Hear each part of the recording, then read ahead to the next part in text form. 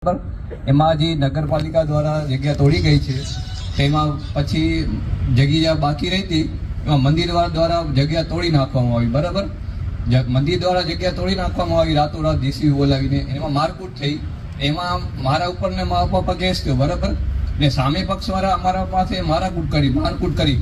મંદિરવાળા બાપુ છે દેવેન્દ્રગીરી કરીને, એના છોકરો છે એક ગઢવીભાઈ હતા એનો છે, એ બધા છે ને અમારા સાથે મારકૂટ કરી. બરાબર, ને ઈ લોકના પક્ષનું આટલામાં કોઈ નથી આવ્યું ને અમારી જગ્યા અમારા બંને પાર્ટી વિરુદ્ધ ગુનો દાખલ. હા, ગુના છે. અમારા માથે મારકૂટ કરી. અમારા પાસે વિડીયો છે, સબૂત છે. અમે 25 વર્ષથી ધંધો કરી છે.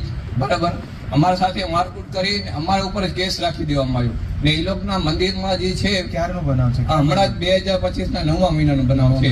બરાબર, સામેવાળા પક્ષમાંથી કોઈ કાંઈ આવ્યું નથી. તમારા પક્ષમાં કેટલા આરોપી હતા? હું ને મારા પપ્પા છે.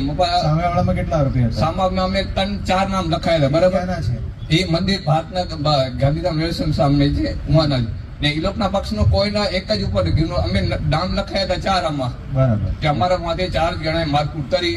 રજૂઆત શું છે કે અમારી જગ્યા ઉપર એ લોકો રજૂઆત શું છે? રજૂઆત તમારી કહેવાનો મતલબ કહેવાનો મતલબ એમ થાય કે સાહેબ કે અમારી જગ્યા ઉપર એ લોકો મારકૂટ કરી, બધું એફઆઈઆર થઈ ગયું, એ બધું થઈ ગયું, તો એ લોકો ઉપરથી કાંઈ કાર્યવાહી નથી થઈ. અહીંયાથી ચેક કરાવી ને આ બધું થઈ ગયું છતાં એ લોકોના તરફથી